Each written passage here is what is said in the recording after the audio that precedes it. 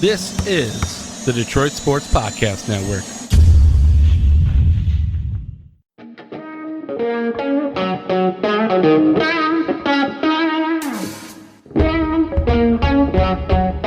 The biggest icon in podcasting.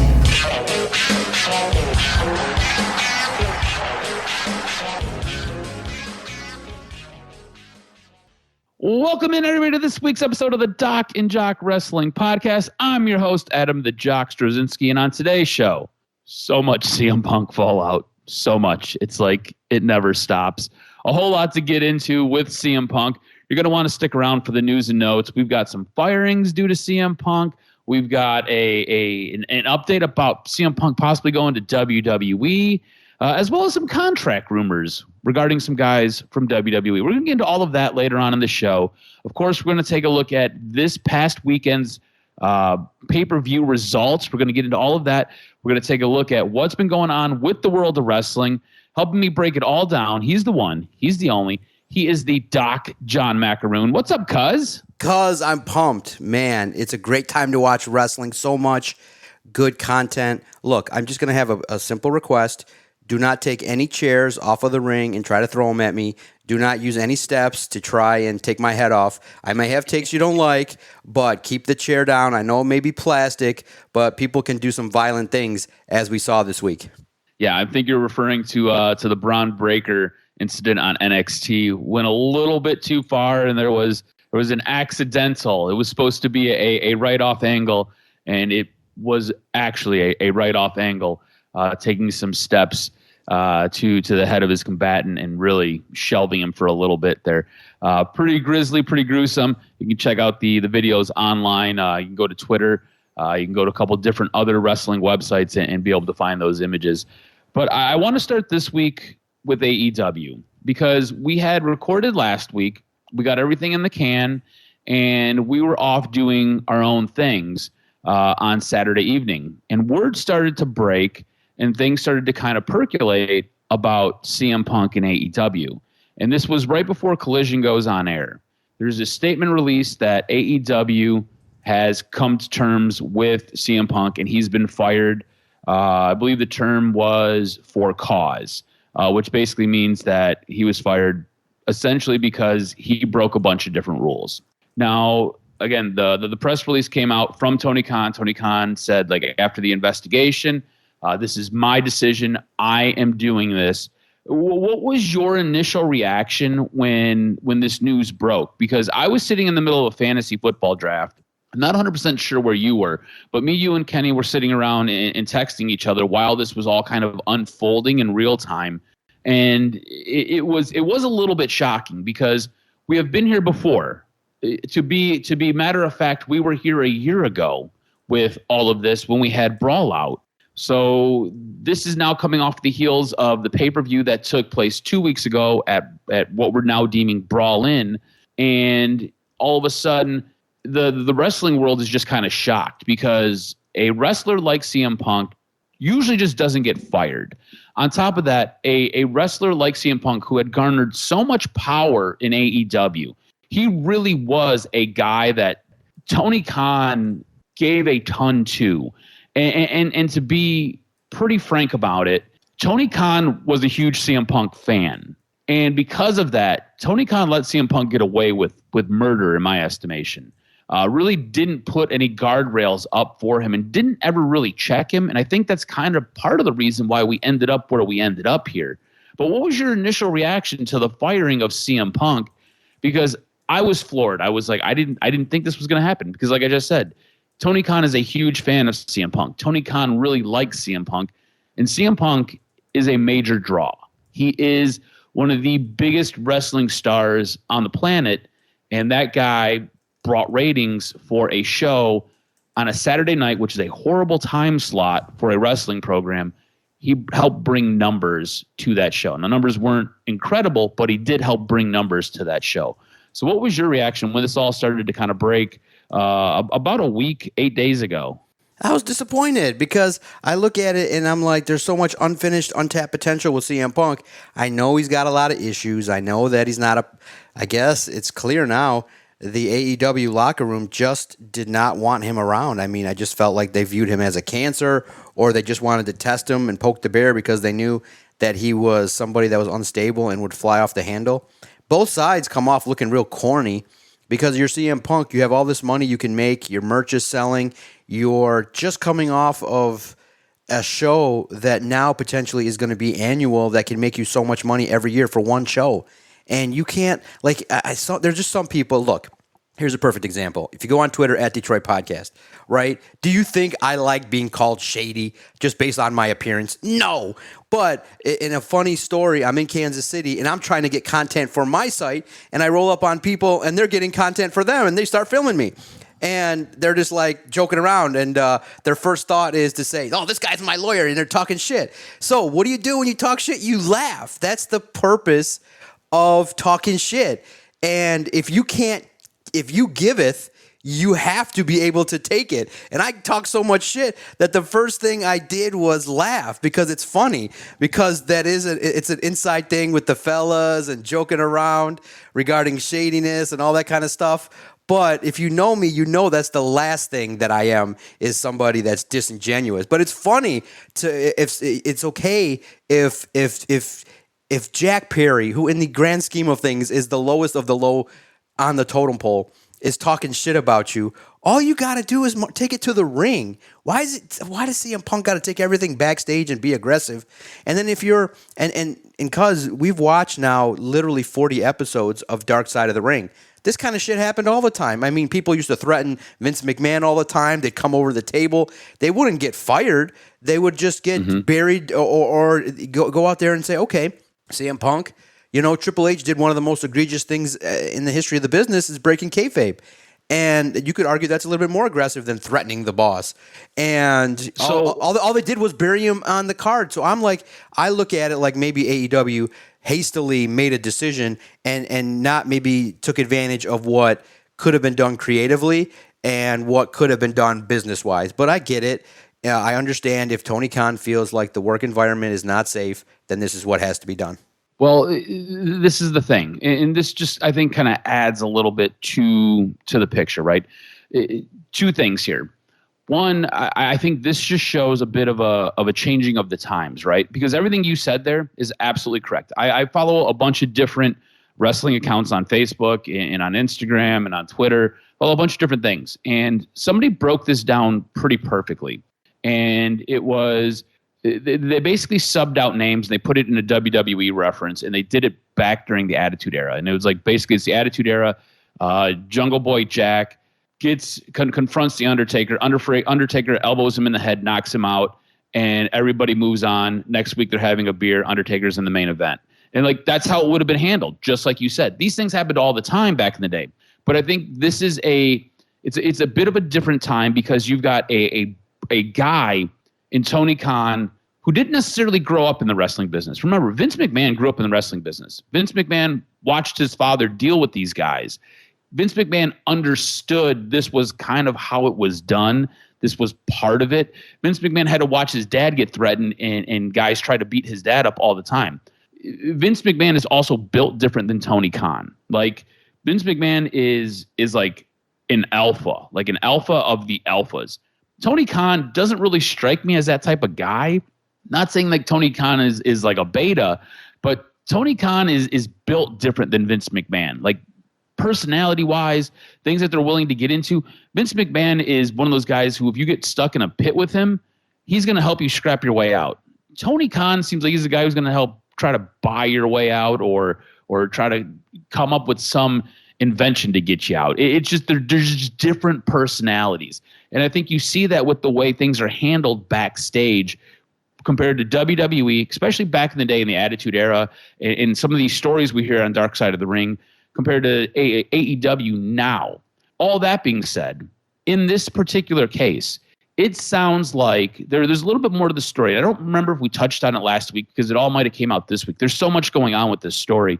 It's really, really crazy. It's like every day something new kind of comes out. And at this point, I'm kind of losing track. So I apologize if I haven't given this information yet. But during this incident, CM Punk basically lunged at Tony Khan. and got in Tony Khan's face. And when he lunged at him, he knocked a bunch of monitors over on him.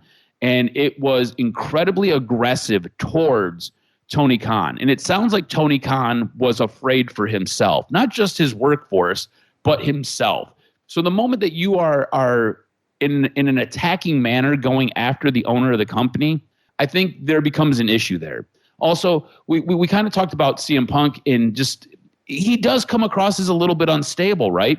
He comes across as a guy who is willing to give it. A couple weeks ago, he went out after Collision and cut a promo on Hangman Page. Hangman Page hasn't said anything about this guy.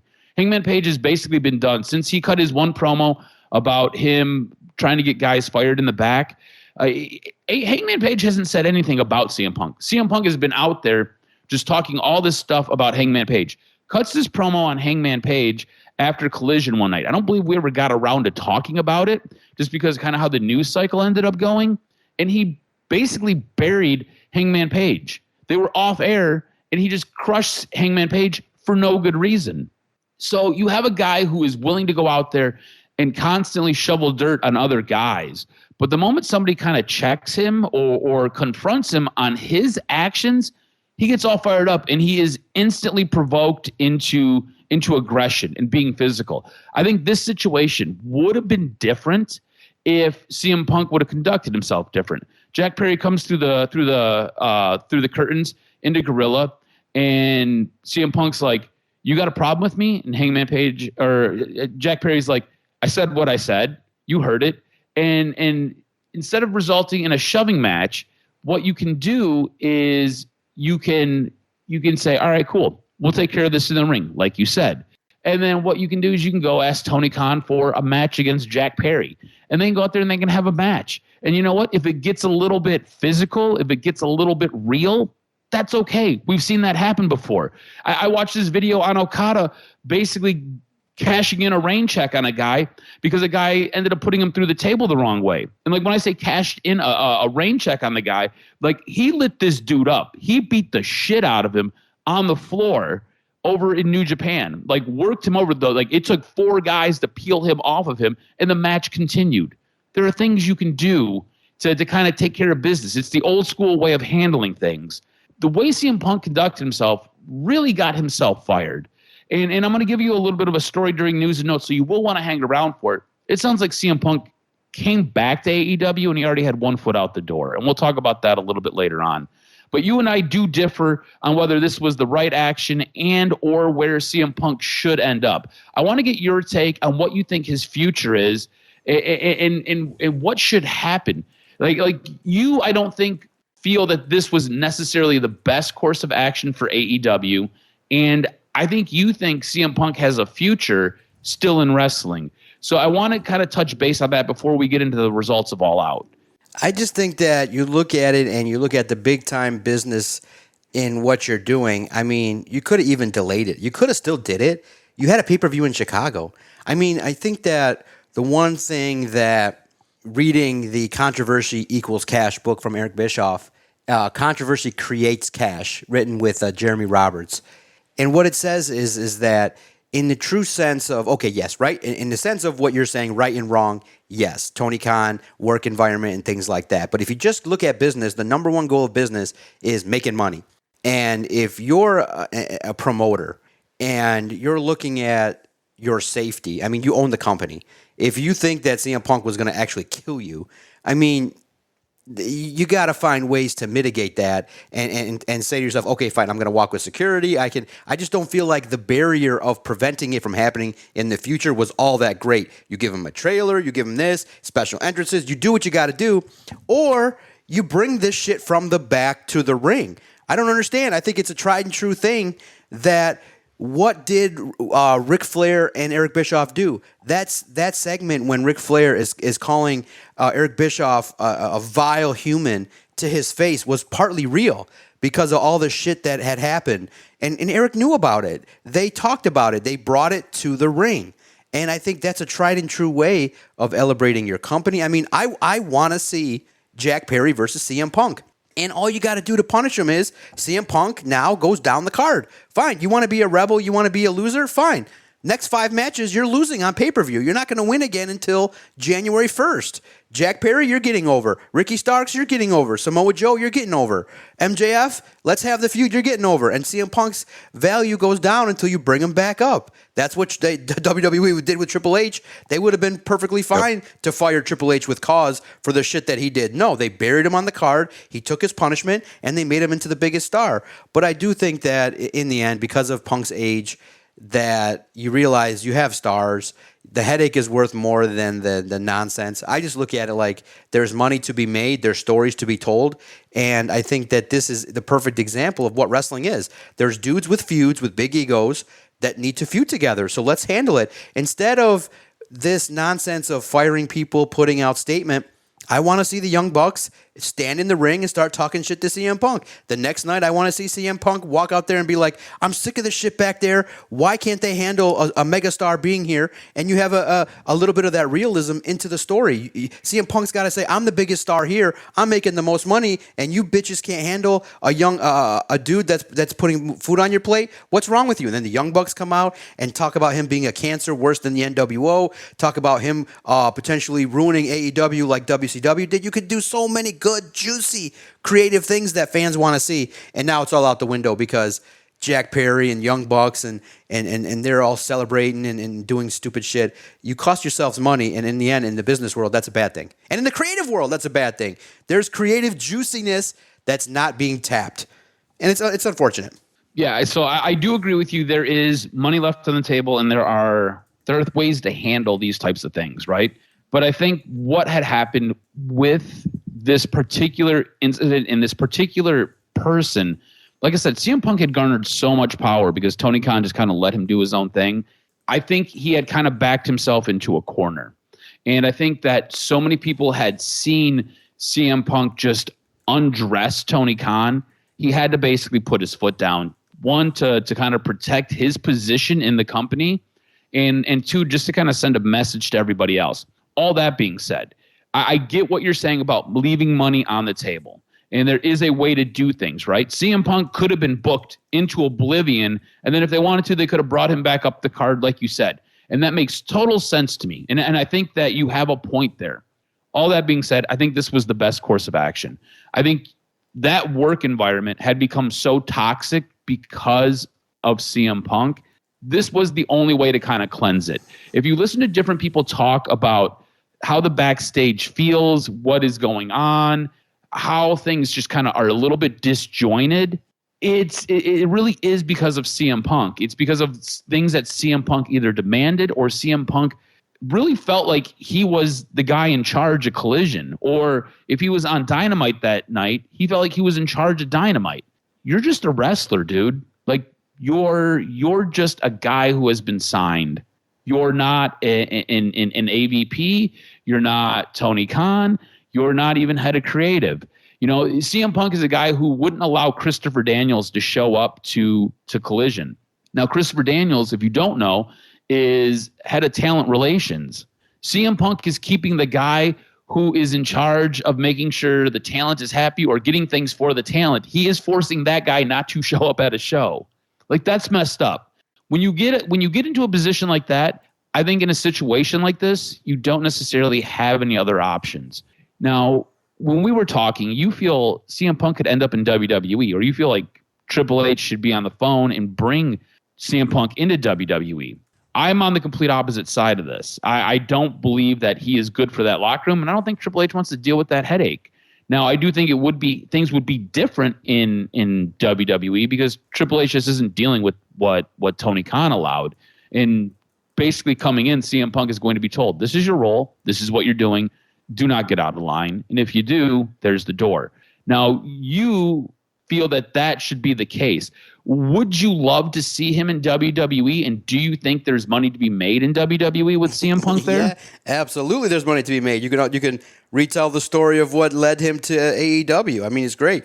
The guy he stands right across from is Triple H, and they have it out again. I mean, some of the most legendary promos are of Triple H saying, "Dude, CM Punk, you think you're a revolutionary? All you're about is you.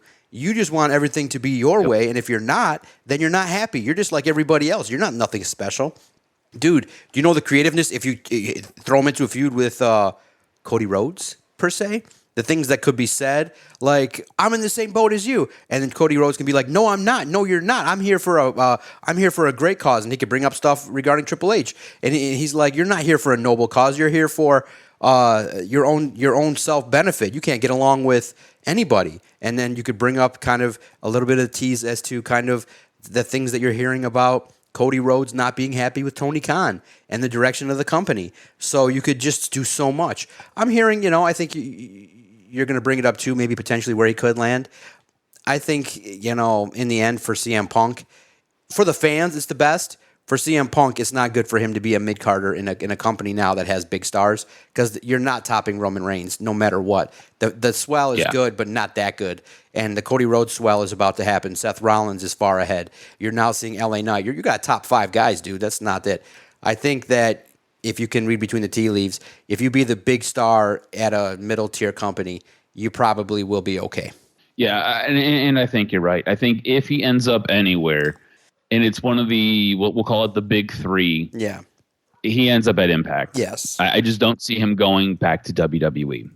Now, all that took place on Saturday. Sunday night, we ended up having an AEW pay-per-view. Let's run through this card really quick. It was a jam-packed, stacked card.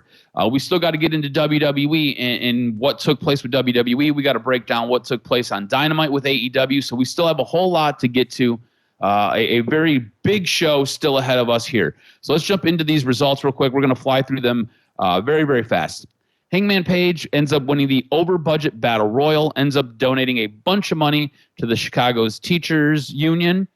Sheeta, Willow Nightingale, Sky Blue defeat Athena, Mercedes Martinez, and Diamante. The Acclaim end up defeating Jeff Jarrett, Satnam Singh, Jay Lethal for the AEW World Trios titles. Adam Cole and MJF end up defeating the Dark Order for the ROH World Tag Team titles. Samoa Joe ends up defeating Shane Taylor. This was for the ROH World Television title. Luchasaurus with Christian end up defeating Darby Allin to retain the AEW TNT title. Miro defeats Powerhouse Hobbs.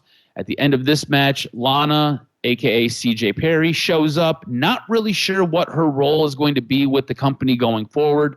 If you followed anything on Twitter, it leaves things very, very vague. Nothing is really put together yet. Also, some comments made after are still very, very vague. Not 100% sure what's going to happen with CJ Perry, if she's coming to the roster or if she's just going to kind of be used sporadically. Chris Statlander defeated Ruby Soho to retain the AEW TBS title. There was a little bit of a weird thing with one of her compatriots in the Outcasts on the outside. So it's going to be interesting to see what takes place with that group going forward. It's just something to watch for here. Bryan Danielson ends up defeating Ricky Starks in a strap match.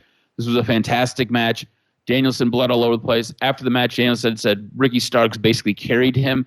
However, his arm is healed, and there's no reason for any concern there. So it's great to see Bryan Danielson back in the ring. Blackpool Combat Club, Claudio Castagnoli and Wheeler Yuta end up defeating Eddie Kingston and Shibata. Takeshita ended up beating Kenny Omega, which was a bit of a shock there. Bullet Club Gold ends up defeating FTR and the Young Bucks. And then Jon Moxley dethrones Orange Cassidy to become the new AEW International Champion. So a really good pay-per-view. This pay-per-view felt like a lot of matches with a very little story behind them, but it was still a very, very good pay-per-view, which then kind of ends up spilling over into what I felt like is one of the more cohesive AEW Dynamite programs that we've had in a while. It felt like it was layered storytelling where you would start with something, you'd come back to it in the middle, and then you'd have a bit of a resolution. I felt like it weaved together really, really well this week on Dynamite. And I think the big thing coming out of Dynamite is we've got Samoa Joe versus MJF. And the thing that I find to be so interesting is that they are digging into stuff from NXT. And now they can't show these things on television because obviously NXT has the rights to these. But they can show things on Twitter. They can use the internet to help tell stories. And they are pulling all this stuff forward from when they worked in NXT together, when MJF went for a tryout and then he was utilized as a security extra, and Joe basically pushed him into a wall on his way to the ring. You've seen some of that at All Out when Samoa Joe was coming down to the ring and he ended up pushing MJF on his way by. They ended up brawling for a little bit.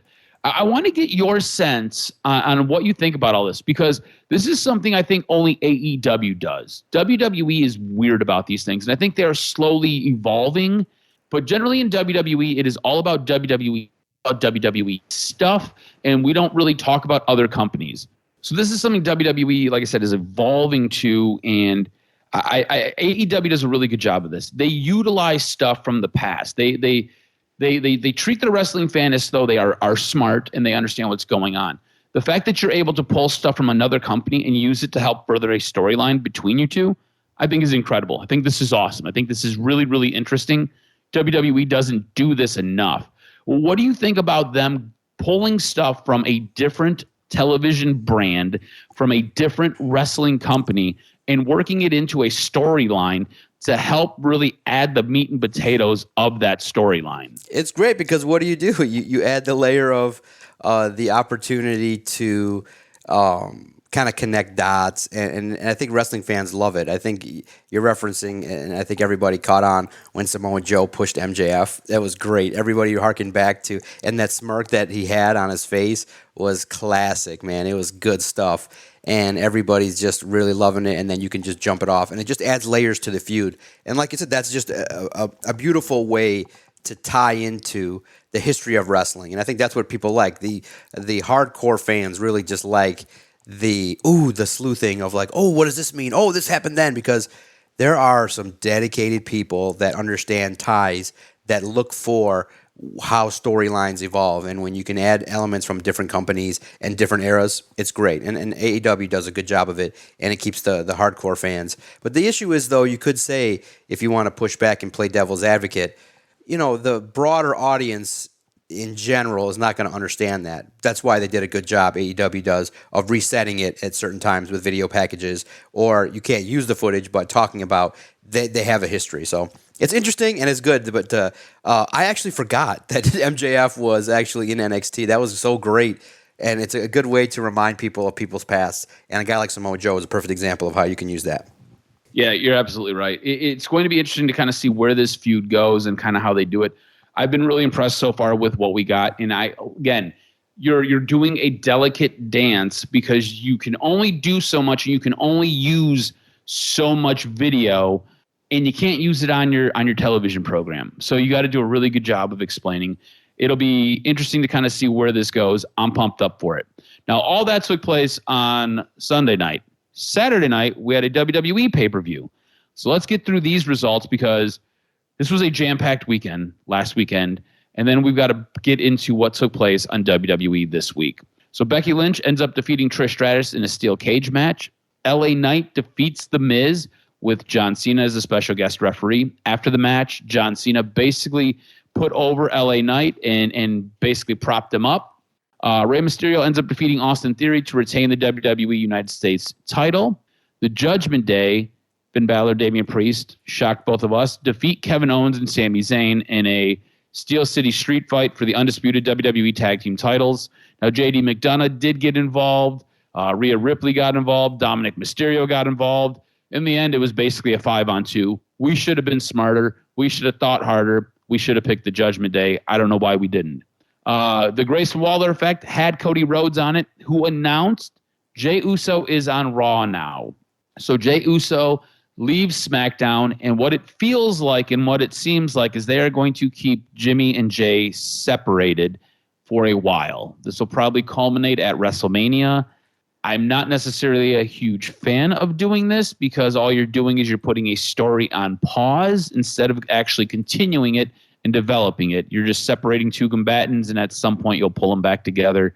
I guess it's a way to kind of extend things. I just feel like there's better creative options you could use here. Rhea Ripley defeats Raquel Rodriguez to retain the Women's World title. Seth Rollins defeats Shinsuke Nakamura to retain the World Heavyweight title. So now I'm calling the card because we had 2 pay-per-views. We ended up splitting the points. I won All Out. You won Payback. You still maintain a 2-point lead, 8.5 to 6.5 over me. This all now leads us into Monday Night Raw, where it seems as though we're going to get Miz and John Cena. So Cena is back, and he's doing some long-term stuff, doing a couple of different shows. He's going to be involved very heavily on Friday nights. He's got a couple of pay-per-views at him, so this is going to be his pay-per-view run.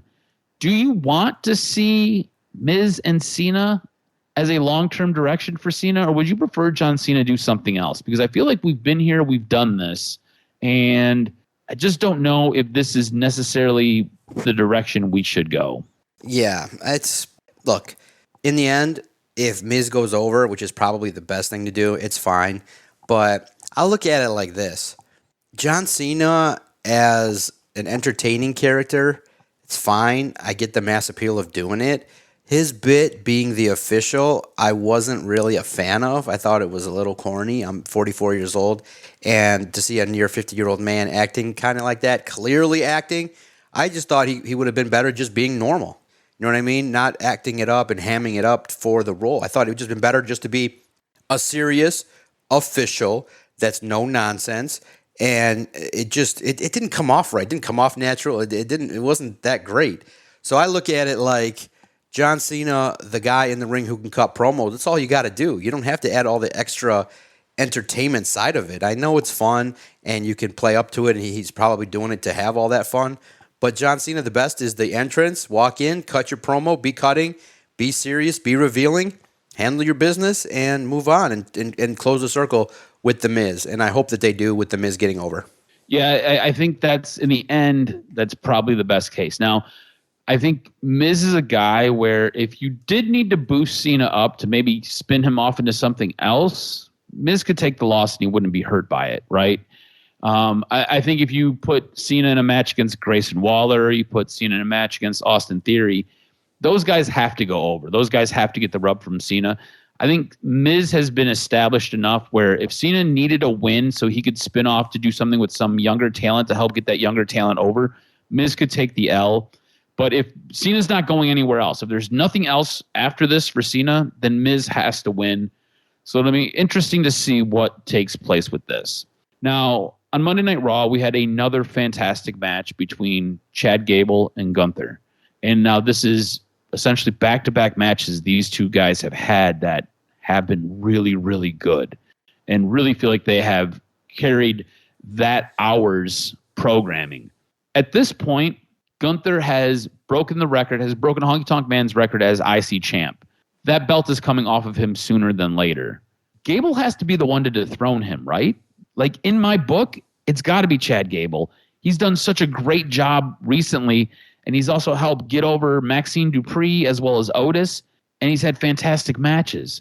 I feel like he has to be the guy to dethrone Gunther. Are you on the same page with me, or do you see somebody else possibly taking it away from Gunther? Man, it's tough to say, right? Is it LA Knight? Is it that point? Is it somebody else? Is it an individual? I do think that Gable has done a great job, but man, it's tough to see him being a champion. I think that is great, when the time comes and you want to take it off of him, maybe around Mania, or just after Mania when you kick it off and you move Gunther into the world title picture. But man, what an accomplishment. What a performer. I just say you keep it going, and I just don't think anybody right now is at that level just yet to carry it at that same point other than LA Knight, but he's on a different show. So I look at it like just ride it out and you just keep developing. Because here's the thing. Do you really does Gable need a belt? He got over.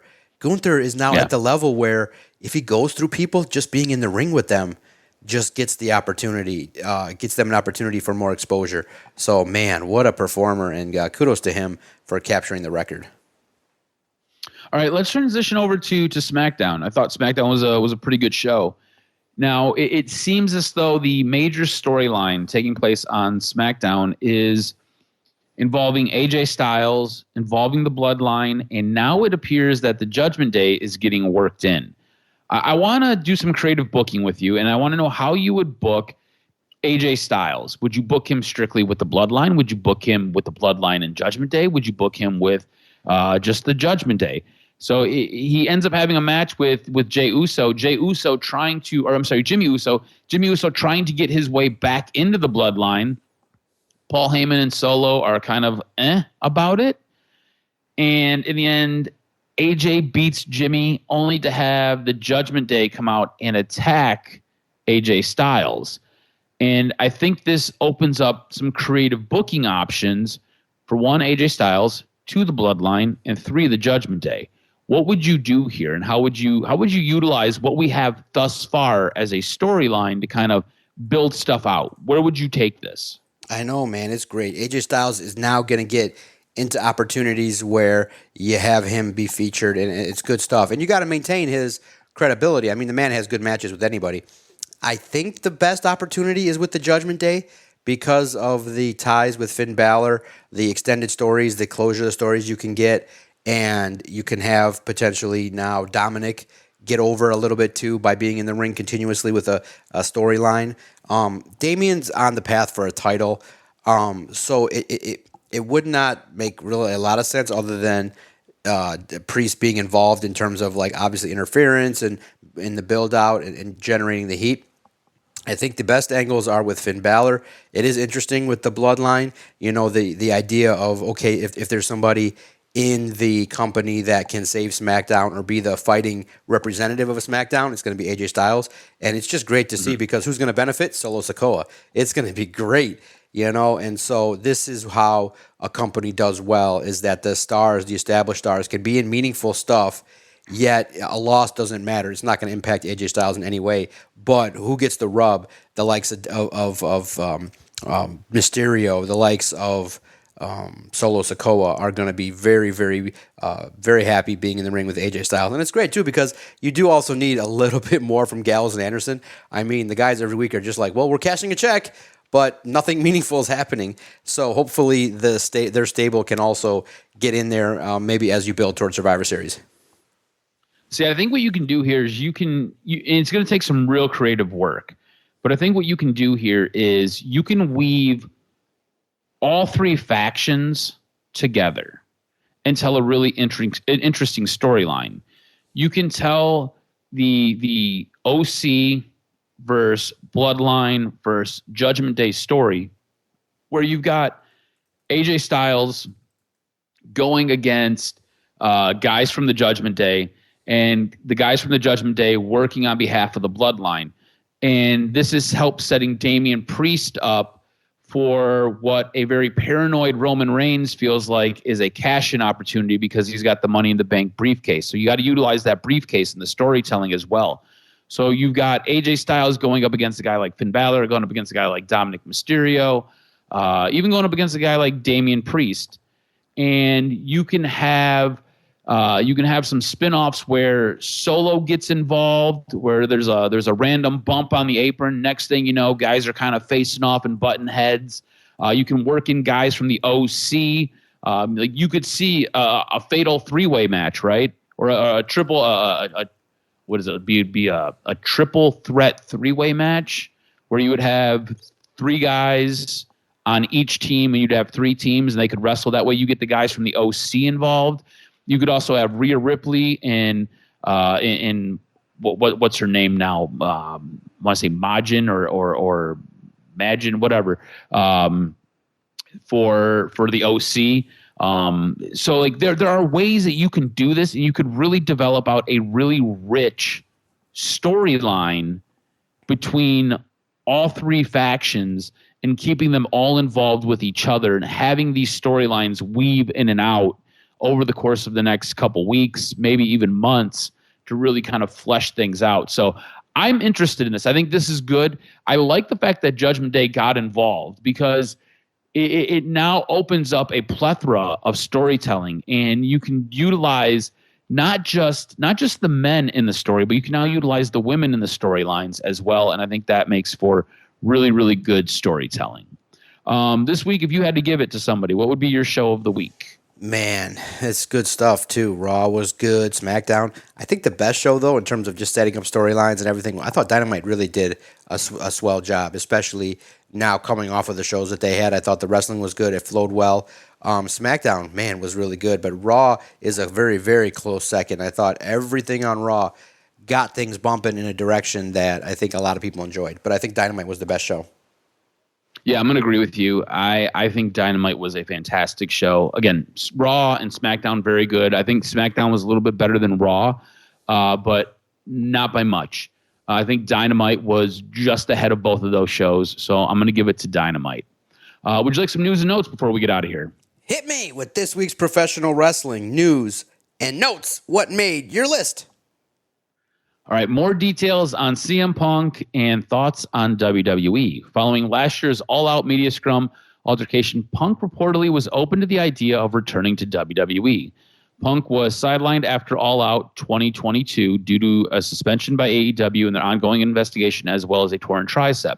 During his time away, according to Fightful Select, people close to Punk have claimed he was open to the idea of leaving AEW so he could return to WWE.